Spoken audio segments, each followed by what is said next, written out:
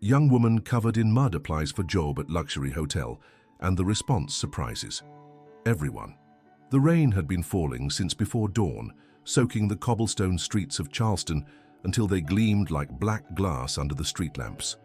By 7 o'clock in the morning, the storm had intensified, pelting the city with cold sheets of water driven sideways by relentless gusts.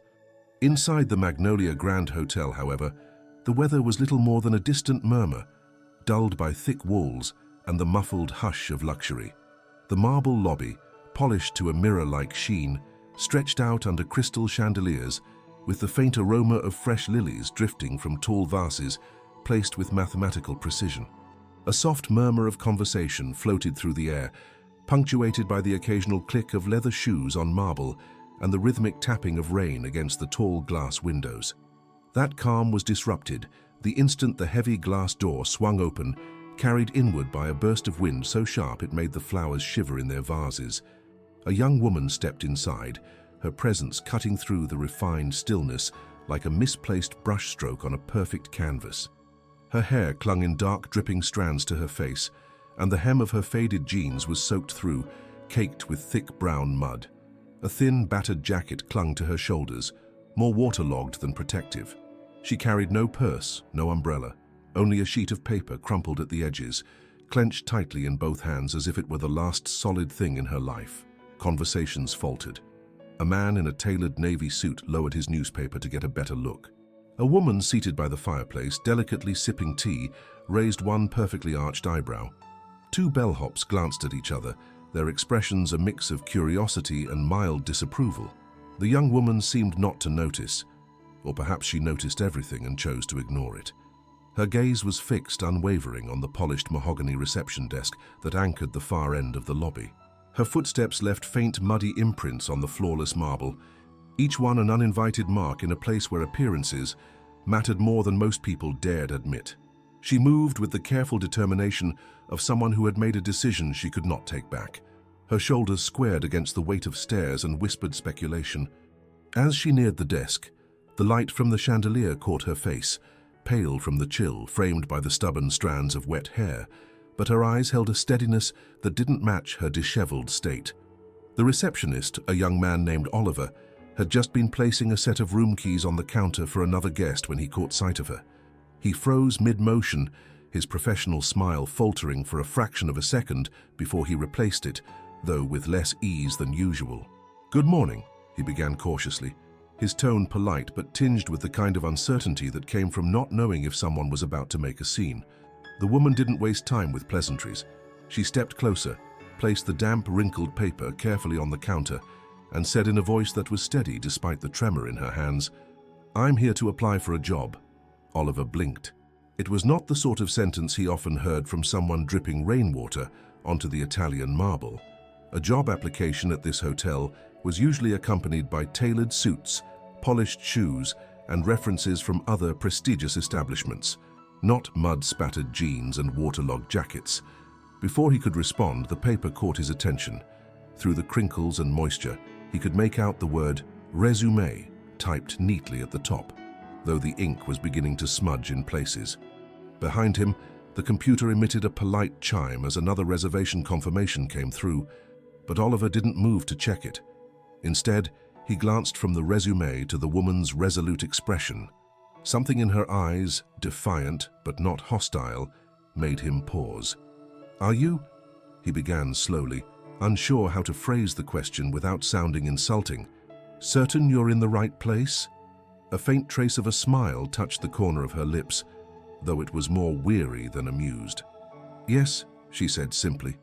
Her voice carried a quiet conviction, as if she had already fought this battle in her mind countless times before stepping through that door. The sound of her words, calm but immovable, seemed to ripple outward through the lobby. Even those pretending not to watch leaned in ever so slightly. It wasn't just the intrusion of her appearance into this polished world, it was the certainty in her tone, the kind that hinted at a story none of them yet knew. And though she stood dripping on the pristine floor, her gaze did not waver from Oliver's. She wasn't asking for directions. She wasn't apologizing. She was there for one reason, and she had just made it known to everyone within earshot. The Magnolia Grand Hotel, A place where perfection was the baseline had just received its most unusual arrival in years. The lobby air, usually scented faintly of lilies and warmed by the low crackle of the fireplace, now felt taut, as though the rain outside had somehow slipped indoors with the soaked young woman. Oliver, the receptionist, hesitated for a fraction of a second longer, his fingertips grazing the damp resume but not yet taking it. He was trained to maintain composure in awkward situations, yet something about this was so far from the usual rhythm of hotel life that his well-rehearsed responses faltered. His job involved greeting heads of companies, international tourists, socialites and politicians, but not a dripping figure who looked as though she had trekked across the city in a storm just to stand at his desk. From across the lobby, a low murmur of whispers began. An older gentleman in a pressed grey suit leaned toward the woman beside him, the two murmuring like conspirators in a theatre audience. A pair of bellhops by the revolving door pretended to busy themselves with luggage carts, yet their eyes followed the stranger's every movement. Emily, for that was her name, though no one yet knew it, stood steady despite the scrutiny. A strand of wet hair slid across her cheek, and she tucked it behind her ear with a small, deliberate motion that betrayed no nervousness. Oliver cleared his throat. "You are here for a job," he repeated, as though saying it aloud might help it make sense. "May I ask—" He stopped himself mid-sentence, conscious of the audience the lobby had become. He lowered his voice, leaning ever so slightly forward. "What position did you have in mind?" Her answer came without hesitation. "Any position you have open." It was not the phrasing that startled him, but the way she said it, without a trace of pleading or apology. The words were clean, direct, and final, as if she had stripped away every unnecessary layer of explanation. Something about her tone made him glance over her shoulder toward the inner offices where the senior staff might already have heard the quiet disruption. "Miss—" He looked down, searching for a name on the resume, but the ink had smudged where the rainwater had touched it. "Carter," he guessed. "Emily Carter," she confirmed. Oliver nodded slowly, trying to maintain formality. "Miss Carter, we usually require that applicants go through our online recruitment portal. We hold scheduled interviews—" She interrupted, not rudely, but with the efficiency of someone who had learned not to waste time. "I know, but I couldn't wait. I need to know if you're hiring today." That sentence cut through the murmur of the lobby. Even those trying to appear disinterested turned slightly, as if leaning into an invisible current. There was no drama in her tone, no tremor of desperation, yet her urgency was undeniable. The Magnolia Grand was the sort of place where timing and procedure were part of its DNA. People did not simply walk in from the street, soaking wet, and request immediate consideration. Oliver hesitated, weighing his next move. The sensible thing would be to politely direct her to the hotel's website and wish her well. But there was something in her gaze, steady, alert, unflinching, that made him feel that doing so would be a mistake. Still, he was not in a position to make hiring decisions. "I'll have to check with the manager," he said finally. Emily inclined her head in a small nod, as though she had expected that answer. She stepped back a fraction, allowing Oliver to move toward the discreet door behind the desk. As he passed the concierge station, he caught sight of Victoria Hayes, head of guest services, watching the scene with narrowed eyes. Her immaculate navy dress suit and perfectly arranged blonde hair stood in sharp contrast to Emily's damp, mud-streaked clothing. Victoria's lips pressed into a thin line, but she said nothing, yet. Oliver disappeared into the back office, leaving Emily standing alone at the counter. The whispers swelled again, a tide of speculation that lapped against her from all sides. Some eyes were openly critical, others merely curious. A young couple near the elevator shifted uncomfortably, the man glancing between Emily and the door as though expecting security to escort her out. But Emily didn't flinch. She adjusted her grip on the resume, now damp and curling at the edges, and let her gaze drift briefly around the room. She took in the tall marble columns, the soft glow of the chandeliers, the thick Persian rugs beneath the seating areas, the polished brass of the luggage trolleys.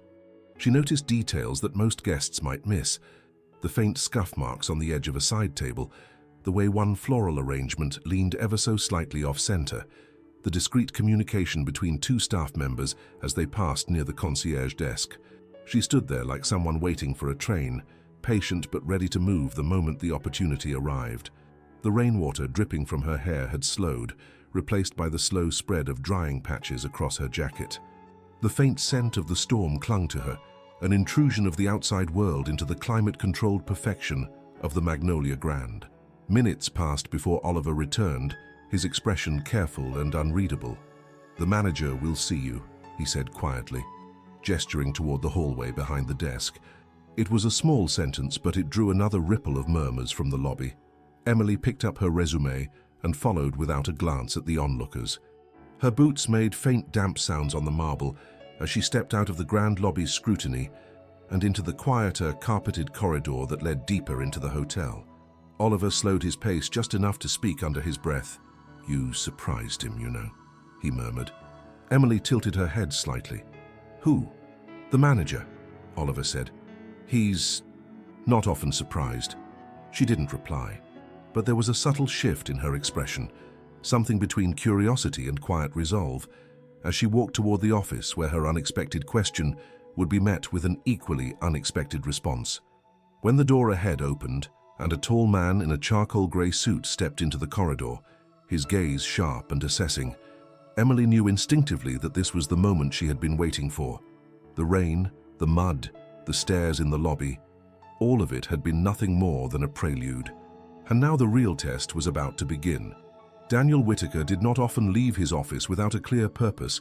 He was a man whose time was meticulously organized, whose days were arranged in a sequence of brief but efficient meetings, carefully monitored operations, and discreet problem-solving.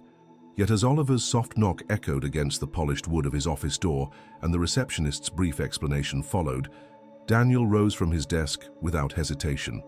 A job seeker appearing in the lobby without an appointment was unusual enough, but Oliver's voice carried a shade of intrigue that made him set aside his pending reports. The corridor outside was hushed, the kind of quiet that existed only in the staff areas of a high-end hotel. Footsteps were muffled by the thick patterned carpet, and the muted glow of sconces kept the lighting warm and flattering. As Daniel approached the reception area, he caught sight of the young woman following Oliver at a measured pace.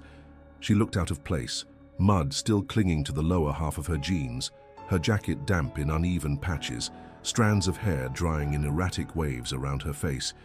Yet her stride was steady, her posture upright, and there was no sign of the hesitancy he expected from someone who had just been plucked from a sea of disapproving stares. Daniel stopped in the corridor just before they reached the desk, his eyes narrowing slightly as he studied her. He was known for being able to size up people within seconds, a skill honed from years of dealing with both guests and staff in moments of high tension. His gaze moved from her soaked clothing to the paper she carried, creased, the ink smudged but still legible in places. She held it firmly, as though letting go of it might undo everything she had endured to get here. "Miss Carter, is it?" he asked, his voice low but carrying the faintest undercurrent of authority that made Oliver straighten slightly beside him.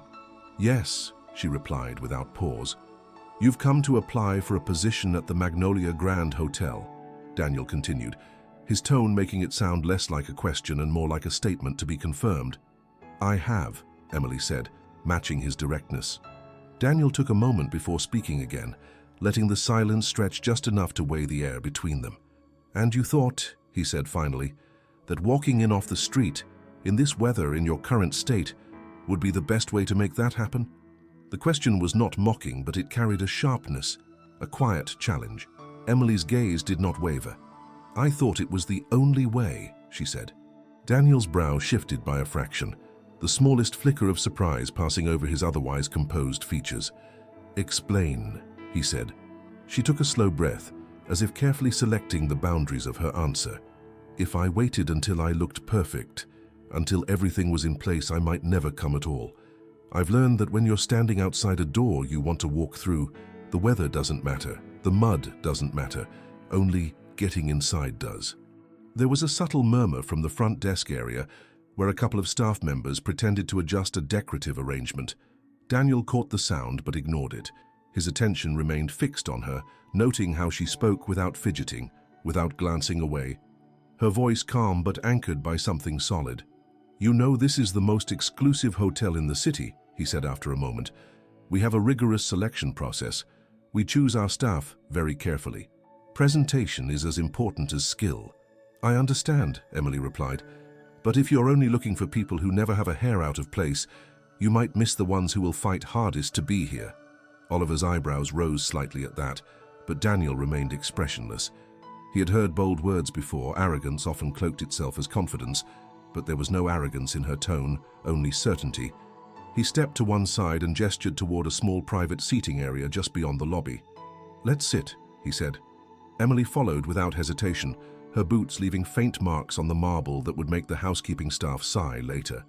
The seating area was quieter, shielded from the main lobby by a partition of frosted glass. A pair of leather armchairs faced each other across a low table, and Daniel took one, motioning for her to sit opposite. She placed the resume on the table between them. Daniel picked it up, his eyes scanning the contents quickly. He noted previous employment at a modest inn on the outskirts of the city, a handful of short-term positions, and a gap in the last year. "Tell me," he said, "why you left your last position." Emily's fingers tightened briefly around the armrest of her chair, but her voice remained even. "I didn't leave. The inn closed unexpectedly. The owner fell ill, and the business couldn't sustain itself without him. I stayed until the very last day, helping pack away the linens, lock the doors, even cancel bookings that would have been our final source of income. After that, I took temporary work wherever I could, but it wasn't enough. I lost my apartment. My car broke down last week. This morning, I walked here." Daniel glanced at her boots, the mud now drying into pale streaks. "How far?" 5 miles, she said simply. He leaned back slightly in his chair, studying her as though she were a puzzle he was considering whether to solve. He had seen applicants who came armed with glowing references, pressed suits, and an air of entitlement that wilted under pressure. Emily Carter was a different equation entirely. Disheveled, yes, but composed, underdressed, but unshaken. There was a long pause before he spoke again, his tone shifting subtly from skeptical to contemplative. "If you were me, what would you do with an applicant who arrived like this?" Emily's lips curved faintly, though it was not quite a smile. "I'd give her a chance to show what she can do before deciding she doesn't belong." The faintest flicker of intrigue touched Daniel's eyes. He didn't answer immediately, and Emily didn't rush to fill the silence. For a man accustomed to control, it was a rare thing to meet someone willing to stand calmly in uncertainty. Daniel set the resume back on the table, his fingertips resting lightly on its damp surface. "Very well," he said at last, though the weight in his voice suggested that his decision was not yet fully formed. Somewhere in the back of his mind, a question lingered. Was she just another desperate applicant, or something far less common? The space between Emily and Daniel seemed to hold a quiet tension, not the kind that bursts into conflict, but the kind that waits for a decision to crystallize. The muffled hum of the lobby was distant now, replaced by the soft ticking of a brass clock on the wall. Daniel's gaze stayed fixed on her, weighing what she had just told him. When he finally spoke, his voice was less edged than before, but no less deliberate. "You walked 5 miles through a storm," he said, almost as though confirming it to himself. "And you've been out of steady work for how long?" Emily clasped her hands loosely in her lap. "Almost a year. I took part-time shifts where I could. Cafes, a bookstore for a while, cleaning work, but nothing consistent enough to make rent." Daniel inclined his head slightly, prompting her to continue. She hesitated, then said, "Before that, I worked at the Ashford Inn." Her tone carried an undercurrent, as if the name alone stirred a mixture of pride and regret. Daniel knew of the place. It had been small, family-owned, not particularly luxurious, but beloved by a loyal set of guests who valued warmth over grandeur. He had stayed there once years ago, before the Magnolia Grand was even built. "The Ashford," he repeated. "It closed, didn't it?" "Yes," Emily said. "The owner, Mr. Ashford, was like family to the staff. When he became ill, his daughter tried to keep the place running, but without him it was different. Bookings slowed, bills piled up. One afternoon, she called us into the dining room and told us she was closing in 2 weeks. She spoke evenly, but the memory was vivid in her mind. The smell of coffee brewing that day, the rain tapping against the old wooden windows, the way the small group of employees sat in silence staring at the worn tablecloth between them. She had stayed until the final night, cleaning rooms for guests who knew they would be the last to ever sleep in them, folding sheets that would be packed into boxes instead of laid on beds. "I thought I'd find something quickly," she continued, "but bigger places didn't want someone without a college degree. Smaller places were already staffed. My savings went into keeping my apartment as long as I could. When that was gone, I moved into a friend's spare room, then her couch. When my car broke down last week, I knew I had to make a choice: stay put and keep waiting for an opening, or walk until I found one." Daniel studied her in silence. Her story was not uncommon in hospitality. People swept out of jobs by circumstances beyond their control. But there was something in the way she told it that kept him listening. She didn't embellish, didn't plead for sympathy. Each word was factual, almost restrained, but beneath it was a current of determination that was impossible to miss. "Why here?" he asked finally. "Of all the hotels in Charleston, why walk into this one?" Emily met his eyes without hesitation. "Because this is the one where I thought they'd notice if someone like me showed up. Most places would have asked me to leave the moment I stepped in. Here, I thought there might be at least one person willing to ask why I came." The answer was unexpected enough to draw a small pause from Daniel. He had heard every variety of flattery before: grand declarations about the Magnolia's prestige, its clientele, its pay rates, but never an answer framed so simply. He found himself wondering if she had rehearsed it, or if it had come naturally. A flicker of movement caught his attention from the far end of the lobby. Victoria Hayes had drifted closer, her sharp gaze sweeping over Emily with the kind of quick, assessing precision Daniel had seen her use on guests she deemed questionable. Victoria's ability to protect the hotel's image was unmatched, but it came with an instinct for shutting doors as quickly as possible. Daniel could see the skepticism in her expression already forming into words.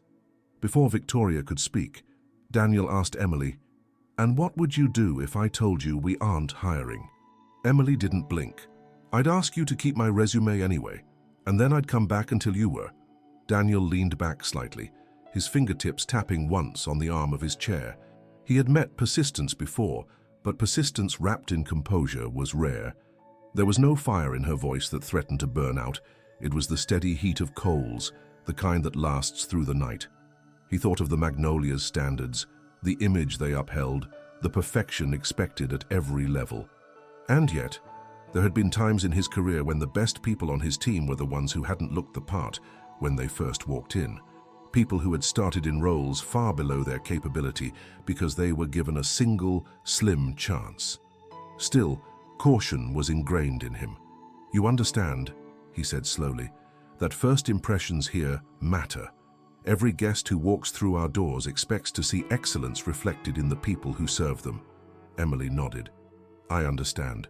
I also understand that sometimes the people who make the strongest impression aren't the ones you expect."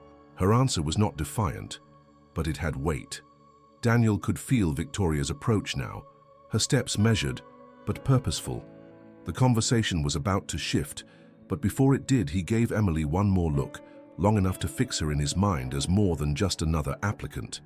He was not sure yet whether she belonged at the Magnolia Grand, but he was certain of one thing: she was not going to be easy to dismiss. Victoria Hayes arrived at the edge of the seating area like a sudden shift in temperature. The faint scent of her perfume, crisp, expensive, and unyielding, announced her before her voice did. She stood poised, her navy suit without a wrinkle, her blonde hair swept into a chignon so precise it looked carved into place. Her eyes, sharp and assessing, swept over Emily with the kind of scrutiny usually reserved for questionable guests attempting to access a private event. "Daniel," she said, her voice low but carrying an unmistakable edge.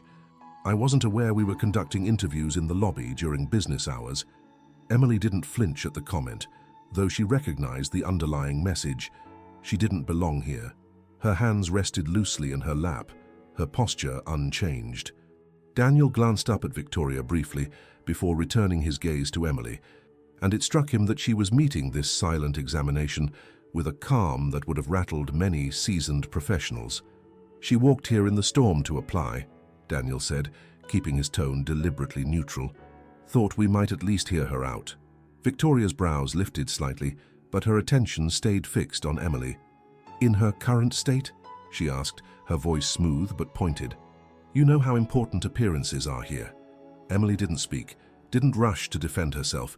She understood that anything she said now might be taken as either defiance or desperation, and she had no intention of offering either. Instead, she looked directly at Victoria, her gaze steady but without challenge. There was no apology in her eyes, but there was no hostility either, only the unshaken conviction of someone who had already faced worse judgment than this. Daniel noticed it in that moment, the way Emily's presence seemed to resist being diminished. Her clothing was damp, her hair still carried traces of the storm, but she didn't shrink under the weight of scrutiny. She wasn't asking for permission to exist in this space. She was simply existing, as though her right to be there didn't require validation. "You understand," Victoria continued, "that our guests choose this hotel because it offers something beyond service. It offers an image. One misstep in presentation can undo months of work." Emily inclined her head slightly, acknowledging the truth in those words without agreeing to the conclusion they implied. Daniel caught the faint tightening of her jaw, the only sign that the words might have stung. But still, she remained silent. In that silence, Daniel saw what others might have missed. Many people, confronted with such open skepticism, would have rushed to fill the gap with explanations, apologies, or flattery. Emily did none of those things. She let the weight of the moment settle without scrambling to relieve it. It wasn't arrogance, it was discipline. The rain still pattered faintly against the tall windows of the lobby, a distant reminder of the morning she had endured to get here. He imagined her walking mile after mile through the storm, each step taking her further from safety and closer to a door she had no guarantee would open. That kind of effort wasn't born from a whim or casual interest. It came from something deeper, something anchored. "Victoria," Daniel said finally, his tone carrying the finality of a decision yet to be explained, "I think I've heard enough for now." Victoria's lips pressed into a thin line, but she gave a small nod and stepped back, her expression unreadable. Daniel turned back to Emily, his gaze measured. "Miss Carter, this hotel doesn't make exceptions lightly, but..." He let the word linger just long enough to register. "I believe certain qualities aren't always visible at first glance. Yours, I suspect, might be one of them." Emily's expression didn't shift into triumph or relief. She simply met his gaze, her eyes steady, as if she had expected nothing less than the opportunity to be judged on what she could do rather than how she appeared. Daniel sat back, studying her for another moment. "If I were to give you a chance, you'd need to prove yourself immediately. We have a busy day ahead, one of the busiest this season. You'd have to adapt quickly, work alongside staff who don't know you, and handle whatever comes without complaint." "I can do that," Emily said, the words neither rushed nor dramatic. Something in her tone, firm, unshaken, tightened the thought already forming in his mind. He knew his staff, knew their strengths and blind spots, and he knew that while experience could be taught, resolve could not. He rose from his seat. "Very well. Stay here for a moment." Emily nodded once, and Daniel walked toward the reception desk, speaking briefly with Oliver before disappearing into the staff corridor. Left alone in the quiet corner, Emily didn't shift in her seat or let her gaze wander restlessly. She waited, her hands resting lightly on her knees, her posture still the same as it had been since the moment she sat down. In that stillness she reflected, not on the dampness of her clothes or the ache beginning in her legs from the morning's walk, but on the fact that she was closer now than she had been when she first stepped through those glass doors. Whatever came next, she would meet it exactly the same way she had met the storm outside, by moving forward, one step at a time, without looking back. When Daniel returned, there was no hesitation in his stride. He stopped in front of her and said, "All right, Miss Carter, let's see what you can do." Emily rose to her feet. Whatever task awaited her, she was ready to meet it head-on. And in that moment, Daniel knew that what he had glimpsed in her eyes earlier was not a fleeting impression. It was the core of who she was. The moment Daniel spoke those words, granting Emily the faintest outline of an opportunity, Victoria's composure shifted just enough to betray her objection.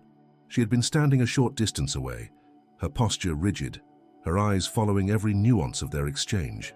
Now she stepped closer, the measured rhythm of her heels on the marble floor slicing through the muted hum of the lobby. Her approach was deliberate, the way a lawyer might stride into a courtroom armed with irrefutable evidence. "Daniel," she began, her tone precise, We cannot consider someone in this condition for any role here, not even on a trial basis.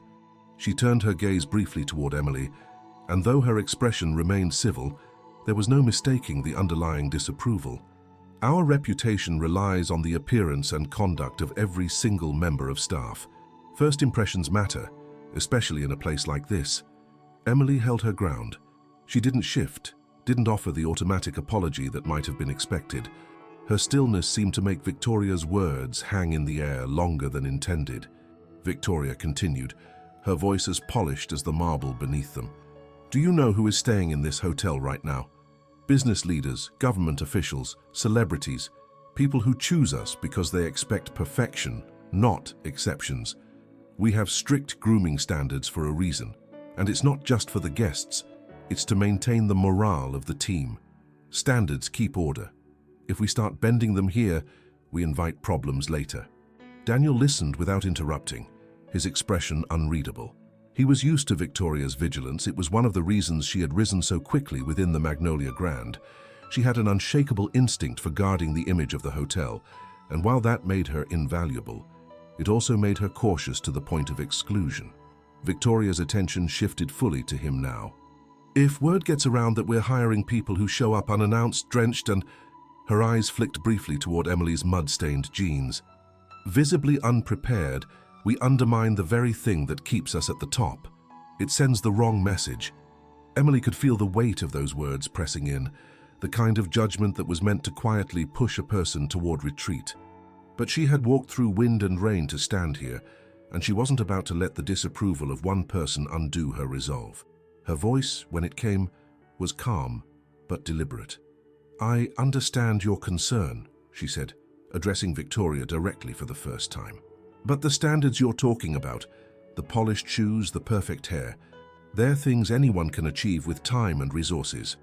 What I bring is something that doesn't depend on those things. I show up, even when it's not convenient, even when I'm not comfortable, even when I'm told it might not work. I still show up. Her words weren't defiant in tone, but they carried a quiet force that didn't need volume to be heard. A faint pause settled between them. Victoria's expression remained steady, but her silence suggested that Emily's reply had, at the very least, disrupted the smooth course of her objection. Still, she recovered quickly, turning back to Daniel. Even if she has the right attitude, the fact remains. Training someone new takes time.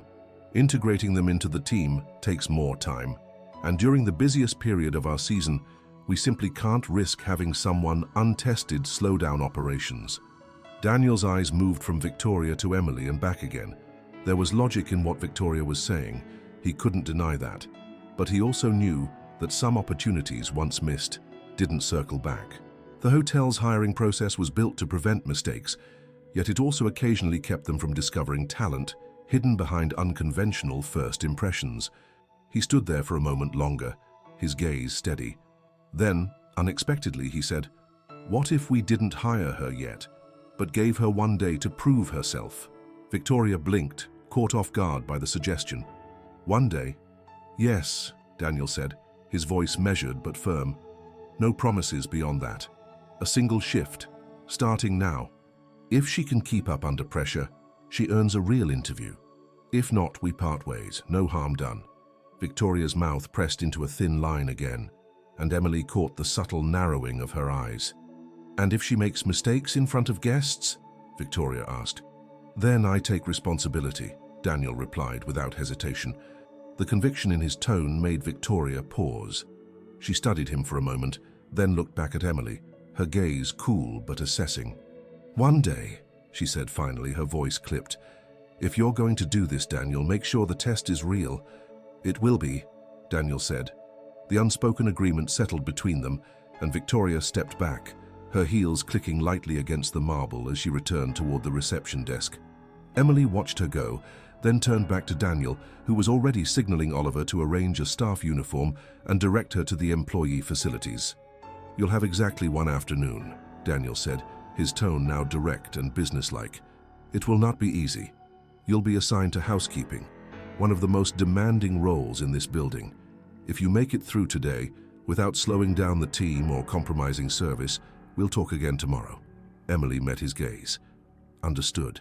He nodded once, then handed her over to Oliver's guidance. As she followed him toward the staff corridor, she caught a glimpse of Victoria speaking to another employee at the desk, her eyes still tracking Emily until she was out of sight. Emily didn't let it unsettle her. Whatever test they had in mind, she had already faced worse. The rain outside had been her first trial of the day. This would simply be the next. The staff corridor of the Magnolia Grand was a world apart from the polished elegance of the lobby. Gone were the marble floors and crystal chandeliers. Here the hallways were lined with sturdy beige walls and functional lighting. The air smelled faintly of laundry detergent and furniture polish, and the rhythm of the place was faster, more utilitarian. Employees moved with purpose, bellhops navigating with luggage carts, housekeepers pushing fully stocked trolleys, maintenance workers carrying toolkits. Oliver led Emily down the hall, his pace brisk. "You're about to meet the housekeeping supervisor, Mrs. Donnelly," he explained over his shoulder. "She's been here for over 20 years, knows every inch of the building, and expects people to keep up. If you can handle her pace, you can handle just about anything." Emily nodded, adjusting her grip on the plastic bag Oliver had handed her, a neatly pressed uniform folded inside. They stopped at the employee locker room, a narrow space with rows of metal lockers and 2 long benches. The hum of dryers came from the adjacent laundry area. "You've got 10 minutes, Oliver said, checking his watch. "Change, leave your belongings in a locker and head out through that door. Mrs. Donnelly will be waiting." When he left, Emily opened the bag. The uniform was crisp, a pale grey dress with a matching apron, both bearing the Magnolia Grand's emblem stitched in gold thread.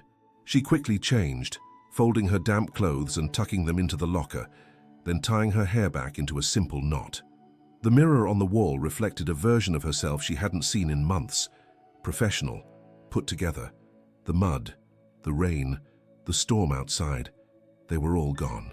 She stepped into the hallway just as a stout woman with sharp eyes and a clipboard approached. "You must be the walk-in," Mrs. Donnelly said without preamble. Her voice was brisk but not unkind, and her eyes scanned Emily from head to toe. "All right, we're full to the brim today. Wedding on the 3rd floor, 2 VIP check-ins, and a conference in the East Wing. That means you'll be shadowing me until you get the rhythm, then taking a section of your own." Emily gave a quick nod. "Understood." The next few hours blurred into a whirlwind of activity. Mrs. Donnelly moved like a commander on the battlefield, issuing instructions without slowing her pace. They stripped beds with practiced efficiency, replaced linens in seconds, and stocked minibars with mechanical precision. Emily carried stacks of towels taller than her chest, her arms straining under the weight, but she kept her expression neutral. By midday, sweat was prickling at her hairline, despite the cool air conditioning. The work was relentless. No pauses, no shortcuts. She learned quickly that every corner mattered. Sheets pulled tight enough to bounce a coin, glasses polished until they gleamed. Trash cans emptied without leaving so much as a fingerprint on their rims. At one point, Mrs. Donnelly stopped her in the hallway. "You keep this up, you might survive the day," she said, a hint of approval buried in her tone. "But don't slow down, not for a second. Guests don't see our work unless we make a mistake.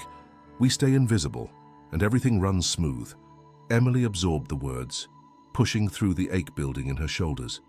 Her determination was steady. She wasn't here to prove she could survive a storm, but that she could survive a place where perfection was the baseline. The real challenge came mid-afternoon. A call crackled over Mrs. Donnelly's radio. "Room 203, plumbing issue, water on the carpet. Guest is out, but they'll be back in an hour." "Let's move," Mrs. Donnelly barked, and they were off. Room 203 was on the 2nd floor, one of the hotel's premium suites. When Emily entered, she saw the problem immediately. Water pooling near the bathroom doorway, the carpet already darkened by the spread. Mrs. Donnelly began directing the cleanup, towels to soak the water, a wet vacuum to follow. Emily knelt without hesitation, pressing thick bath towels into the carpet, her hands absorbing the chill of the water. "This isn't glamorous work, Mrs. Donnelly muttered as she worked beside her, "but it's what keeps us 5 stars instead of 4. Emily didn't respond. She was too focused on working as quickly as possible, rotating soaked towels into a pile, replacing them with dry ones, and checking to make sure the water hadn't reached the bed skirt. Her knees ached from the pressure against the floor, but she kept moving until Mrs. Donnelly finally stood and said, "Good. Now, let's get this vacuum running." They finished just minutes before the guest returned. By the time he stepped inside, the carpet was dry, the room spotless, and the air faintly scented with lavender cleaner. He barely glanced around before nodding in satisfaction, entirely unaware of the chaos that had been erased in less than an hour. As they left, Mrs. Donnelly gave her a brief, approving nod. "Not bad for your first day." Emily didn't smile or relax. She knew the day wasn't over. There were still hours left, and every one of them would be watched closely. She wasn't here for praise, she was here for proof. Proof to Daniel, to Victoria, and maybe even to herself, that she could walk into a place like the Magnolia Grand and not only keep up but belong. She followed Mrs. Donnelly back into the hallway, ready for the next assignment. Whatever the rest of the day brought, she would meet it without hesitation. This was the trial she had agreed to, and she intended to see it through to the very last minute. By late afternoon, Emily had fallen into a rhythm, moving from one room to the next, with a growing familiarity for the routines of the housekeeping team. The ache in her arms had settled into a dull throb. Her feet protested with every step, but she refused to slow. Mrs. Donnelly kept a close eye on her, occasionally barking instructions or pointing out details that needed fixing. A pillow crease here, a dust smudge there. Emily corrected each one without complaint, aware that these small adjustments were what separated excellence from mediocrity. Then, just after 3 o'clock, a voice came over Mrs. Donnelly's radio, sharper than usual. "Housekeeping to room 501 immediately. VIP suite. Plumbing issue. Worse than before." Mrs. Donnelly's head lifted, her expression tightening. "Of course it's a VIP room," she muttered under her breath before turning to Emily. "Let's move." The 5th floor required a brisk elevator ride, during which Mrs. Donnelly explained that the guest staying in room 501 was a long-standing client of the Magnolia Grand, wealthy, influential, and accustomed to perfection in every detail.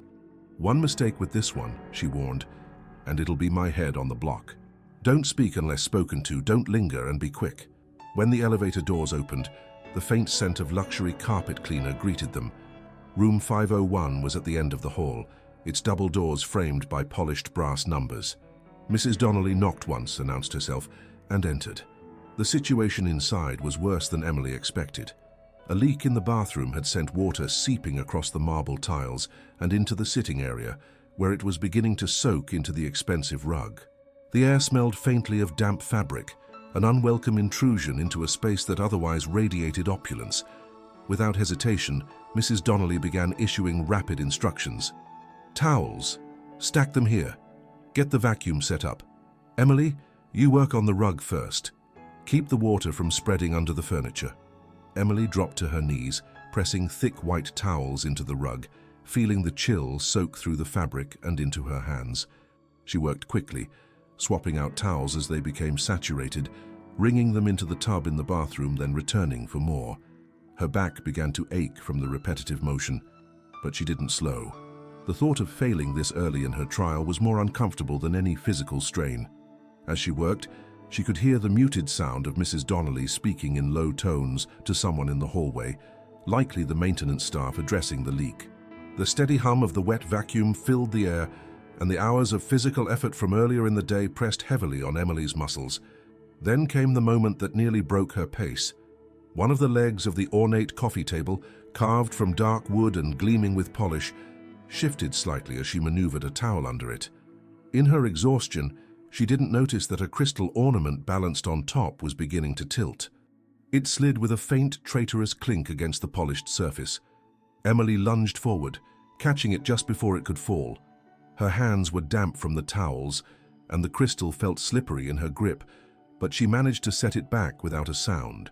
She took a moment to steady her breathing before returning to the rug, aware that such an accident could have ended her trial on the spot. By the time the leak was stopped and the rug was nearly dry, the guest returned. He was a man in his late 60s, tall with silver hair and a tailored suit.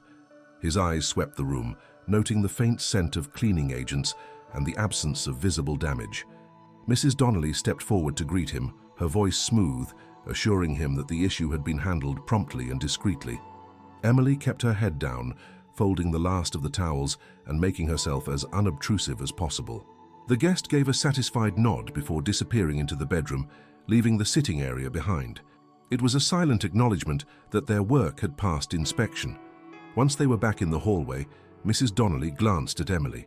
"You nearly lost that ornament." Emily met her gaze without flinching. "But I didn't." A small, almost imperceptible smile tugged at the corner of Mrs. Donnelly's mouth before she masked it. "Keep moving. We've got 2 more rooms before you're done." The remainder of the afternoon passed in a blur of bed linens, dusting cloths and vacuum cords. Word of the incident in room 501 didn't seem to spread, at least not immediately, but Emily was keenly aware of how narrow the margin for error had been. The Magnolia Grand had no tolerance for mistakes, and while she had escaped without one today, it was a reminder of how fragile her position was. By the time they returned to the staff facilities, the weight of the day settled fully on her. Her uniform clung slightly from the effort. Her arms felt heavy and her knees bore the faint ache of hours spent kneeling. But she had made it. Every task completed, every order followed.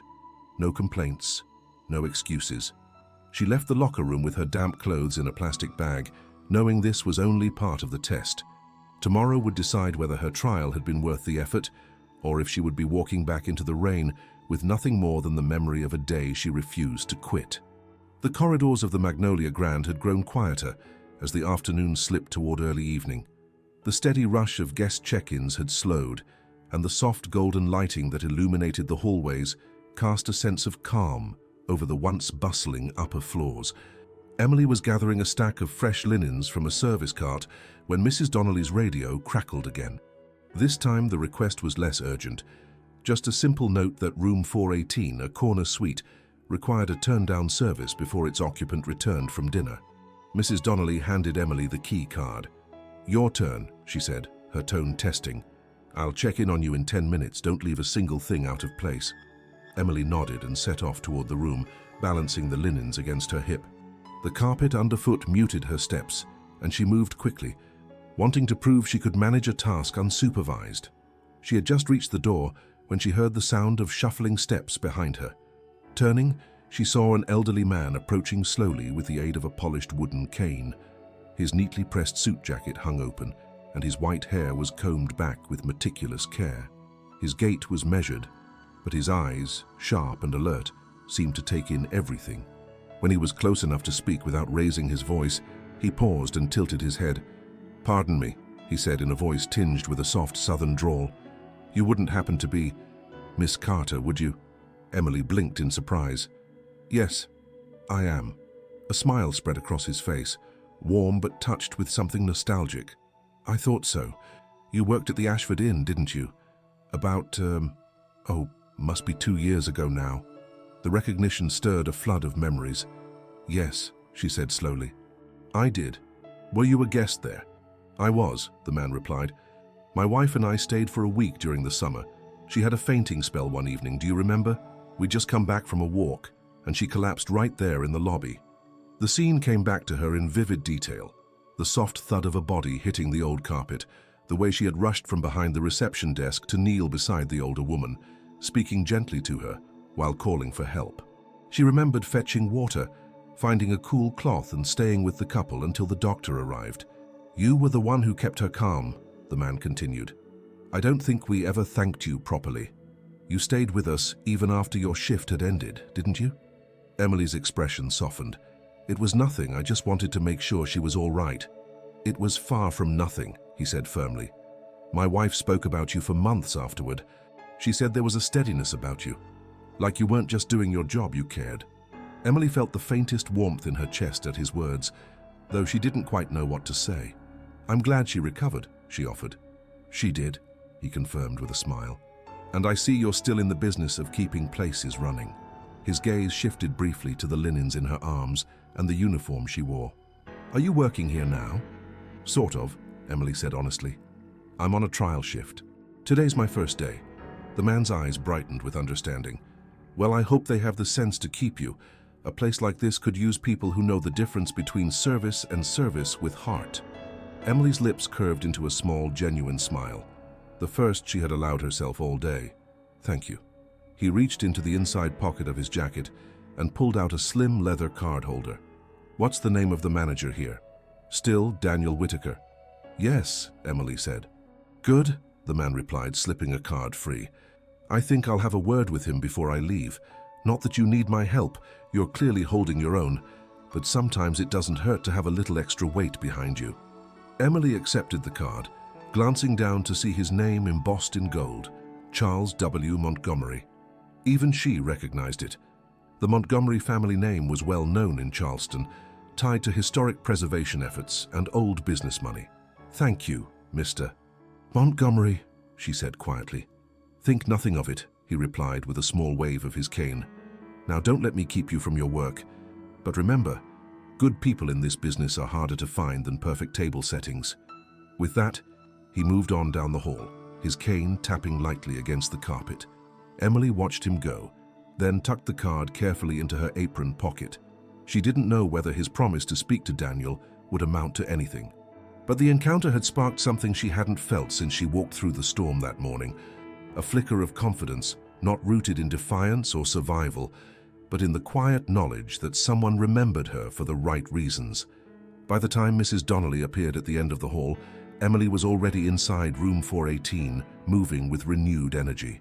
The bed was turned down with perfect precision, the curtains drawn evenly, the lights dimmed to a soft, welcoming glow. Every detail was checked twice.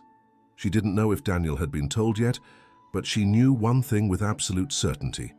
When someone like Charles Montgomery remembered your name, it meant you had left the kind of impression that didn't fade. And that, in this hotel, could matter more than anything printed on a resume.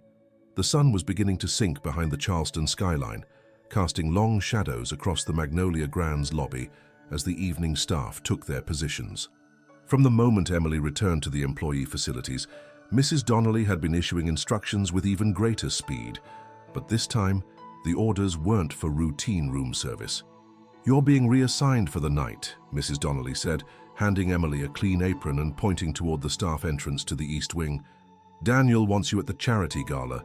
Event team needs extra hands." Emily barely had time to process the change. "The gala?" she asked. "That's right," Mrs. Donnelly confirmed. "It's one of the biggest events of the season.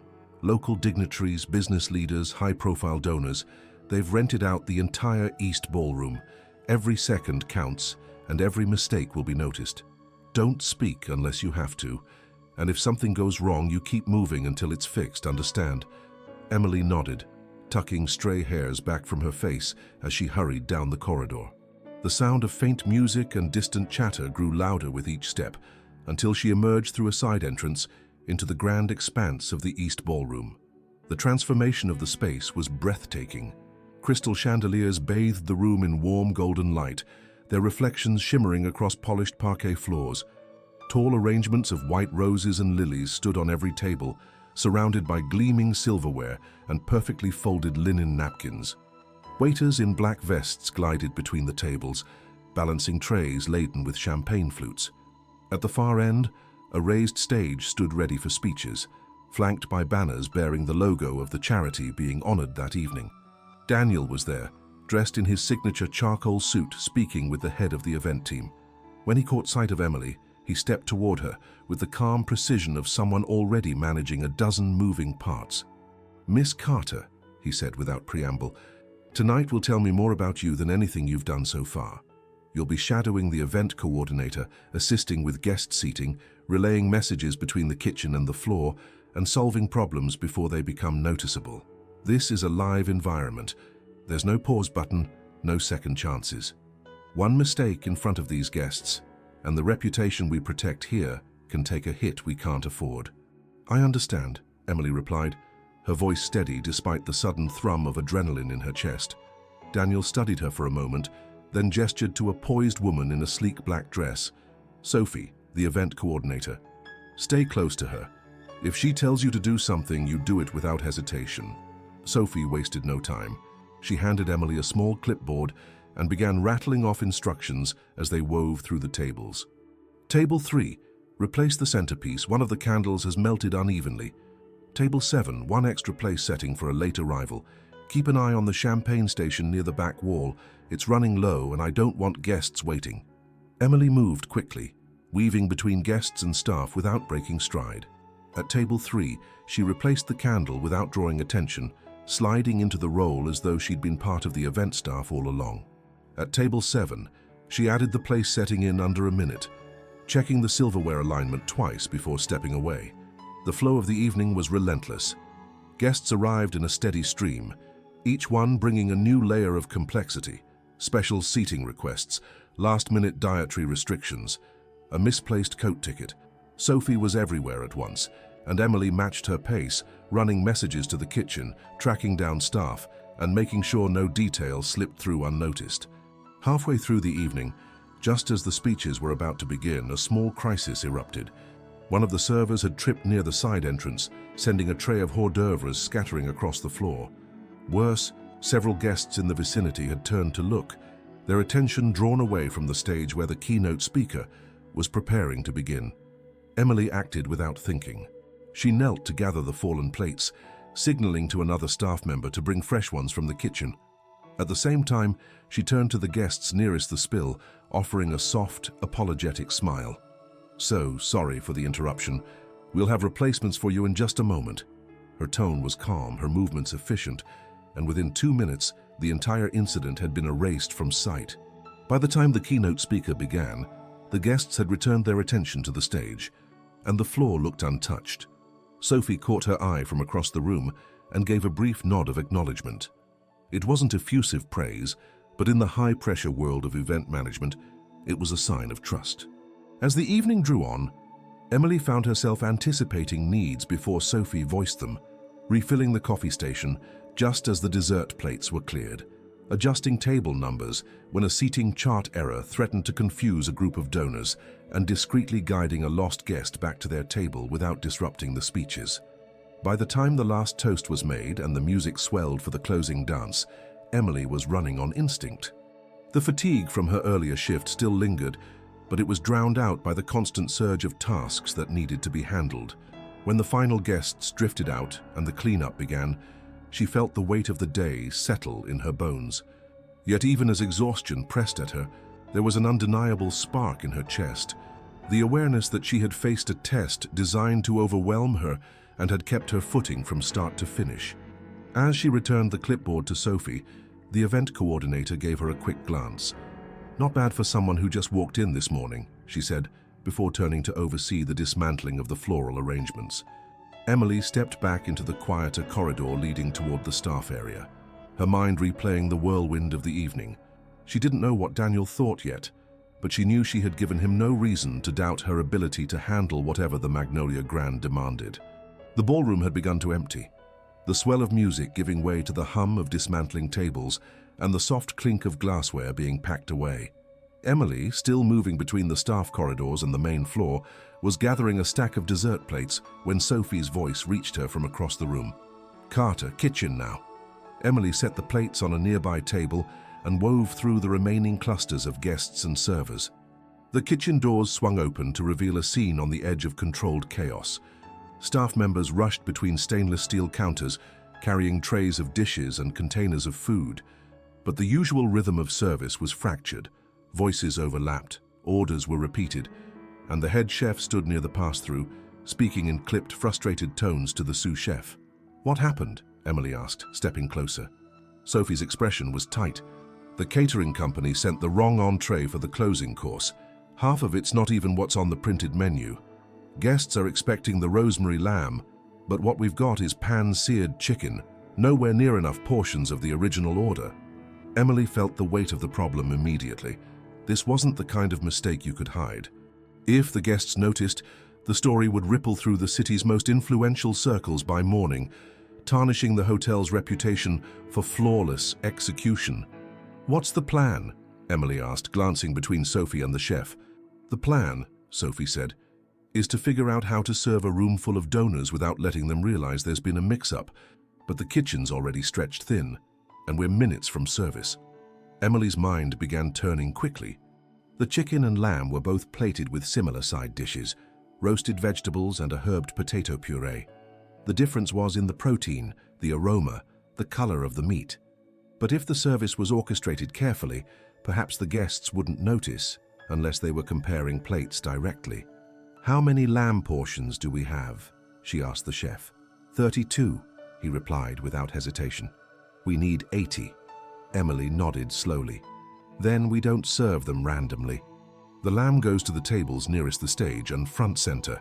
Those are the guests most likely to be photographed or addressed by the host. The chicken goes to the outer tables. We coordinate service, so no one has a direct line of sight to compare."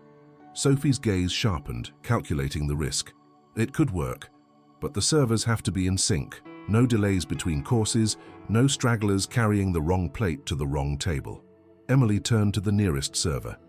"Get the event staff here. Now." Within a minute, 6 servers were gathered near the pass-through, listening as Emily outlined the plan.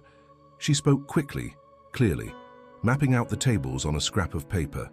"Lamb is tables 1 through 4 and table 7. Chicken is everything else. Serve simultaneously. If anyone asks why the plates look different, you say it's a chef's pairing variation. Keeps the tone confident, like it was intentional."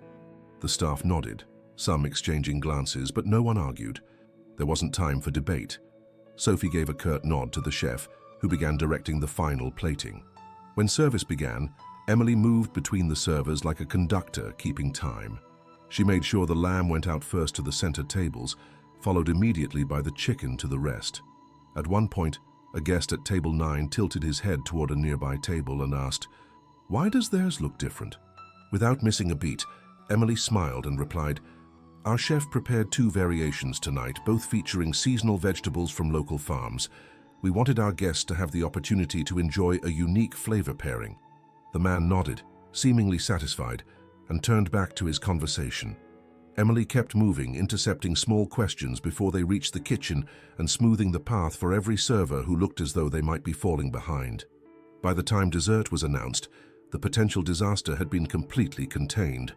The guests were none the wiser, their attention focused on the final speech of the night. Sophie caught Emily's eye across the room and gave the smallest of nods.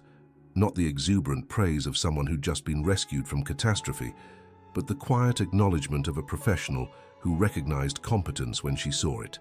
When the last plate was cleared and the final guests drifted toward the lobby, Sophie approached her. "You kept that from becoming a headline," she said. "That's not easy." Emily shook her head slightly. "It wasn't just me. It was the team. They were the ones who made it work." "That's true," Sophie replied, "but they followed you." The comment stayed with Emily as she walked back through the staff corridor. She hadn't been thinking about leadership when she stepped in. She'd been thinking about survival, about not letting a mistake ruin the night. But somewhere in the rush, she had taken control, without hesitating. Daniel was waiting near the service elevator, speaking quietly to one of the bellhops. When his gaze landed on her, he paused mid-sentence. "I heard about the entree mix-up," he said, his tone even but carrying weight. "And I heard you handled it." "I tried," Emily said simply. "You succeeded," Daniel replied. "And in this business, that makes all the difference." He didn't elaborate further, but the faint glint in his eyes told her that the events of the night had shifted something in his evaluation of her. Whether it was enough to change her future at the Magnolia Grand, she didn't yet know. But she was certain of one thing. She hadn't just survived her trial, she had left her mark. The morning after the gala, the Magnolia Grand Hotel was unusually quiet. The chatter and movement of the previous night had dissolved into the muted sounds of routine, the soft roll of luggage carts, the faint clink of silverware from the breakfast service, the low murmur of guests checking out at the front desk. Outside, the rain had given way to a pale Charleston sun, and the air held that cool, damp freshness that followed a storm. Emily sat on a bench in the staff locker room, her uniform from the previous day neatly folded beside her. Her muscles still ached from the hours of running between floors in the ballroom, but it was a satisfying kind of exhaustion. She had not yet been told whether her trial had been successful, and the uncertainty weighed heavier now that the adrenaline had worn off. At precisely 9 o'clock, Oliver appeared in the doorway. "Daniel wants to see you," he said, his expression unreadable. Emily stood, smoothed the front of her blouse, and followed him through the familiar beige corridors to the manager's office. The door was open, and Daniel sat behind his desk, reviewing a set of documents. He looked up when she entered and gestured toward the chair across from him. "Sit, Miss Carter." She did, resting her hands lightly in her lap. Daniel closed the folder in front of him and leaned back in his chair, studying her with that same measured gaze he'd used when they first met in the lobby. "You've had quite a 24 hours, he began. "You've cleaned rooms on one of the busiest days of the season, handled a plumbing incident in a VIP suite, assisted at a high-profile gala, and prevented a catering error from becoming a public embarrassment. All in your first day." Emily inclined her head slightly, unsure whether he was building toward praise or dismissal. "I did what needed to be done," she said quietly. "That's true," Daniel replied, "but there's a difference between doing what's required and doing what makes you indispensable. From what I've heard and seen, you've crossed into the latter category." She didn't respond, waiting for him to continue.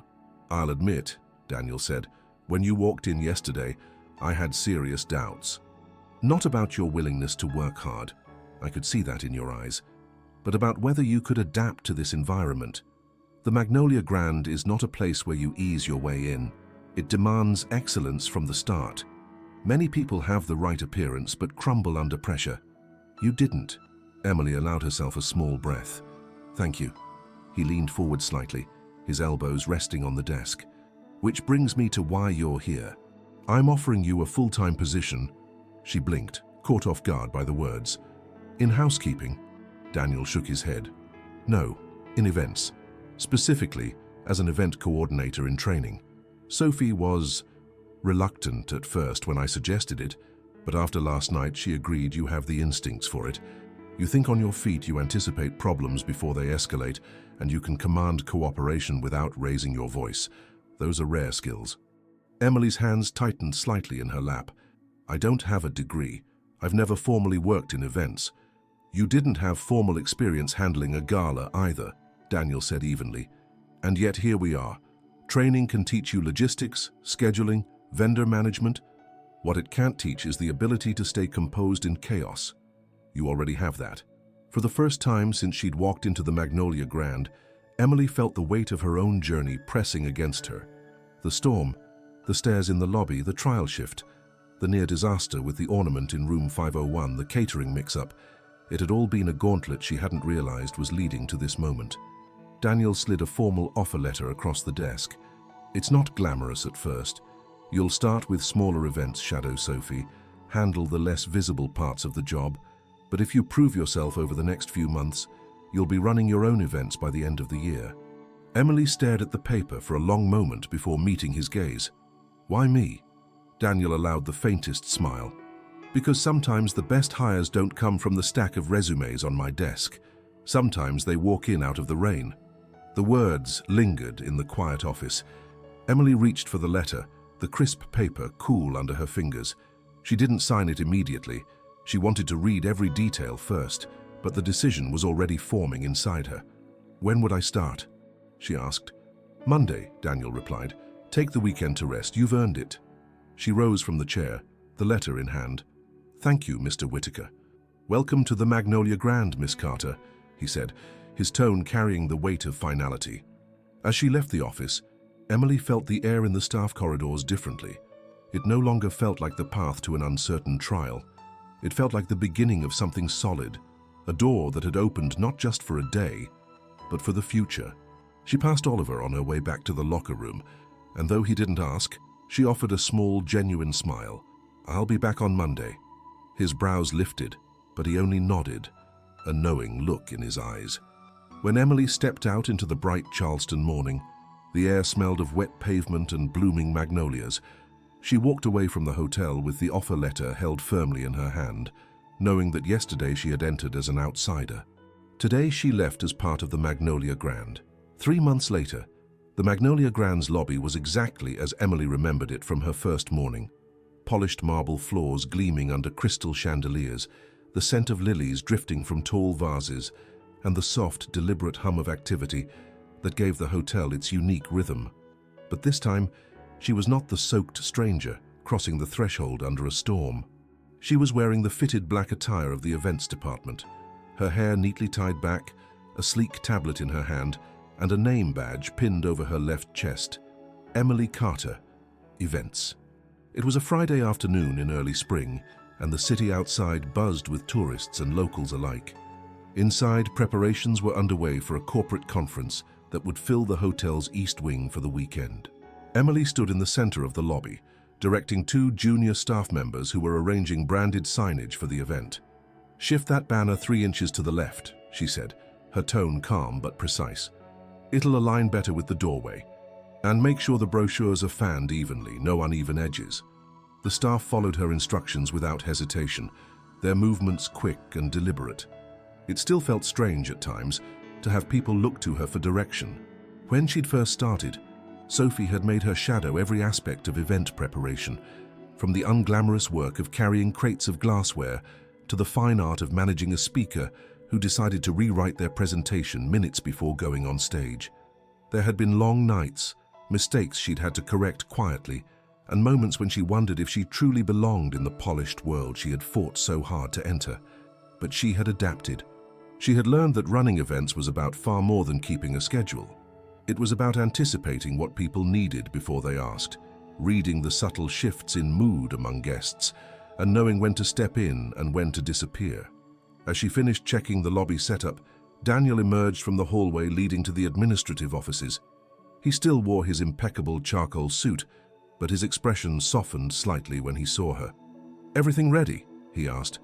"Almost," Emily replied. "We're just waiting on the final catering delivery for the welcome reception." Daniel nodded. "Good. I've been getting very positive feedback from the clients you've worked with. Sophie says you've handled your last 3 events with minimal supervision." Emily allowed herself a small smile. "She's been a good teacher." Daniel's gaze held hers for a moment. "You've done the work. I'm glad I trusted my instincts that day." Before Emily could respond, a voice called from across the lobby. "Miss Carter!" She turned to see an older couple approaching. Recognition came instantly. It was Charles Montgomery and his wife.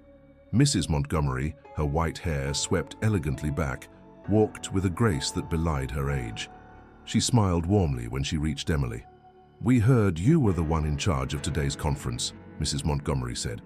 "Charles told me all about how we met here months ago. I'm glad to see they had the sense to keep you." Emily's chest tightened slightly with gratitude. "It's good to see you both again. How have you been?" "Busy as ever," Charles said, his eyes twinkling. "But not too busy to notice when someone's making their mark. Keep doing what you're doing here. You're exactly the kind of person places like this need." They chatted briefly before moving on toward the elevators.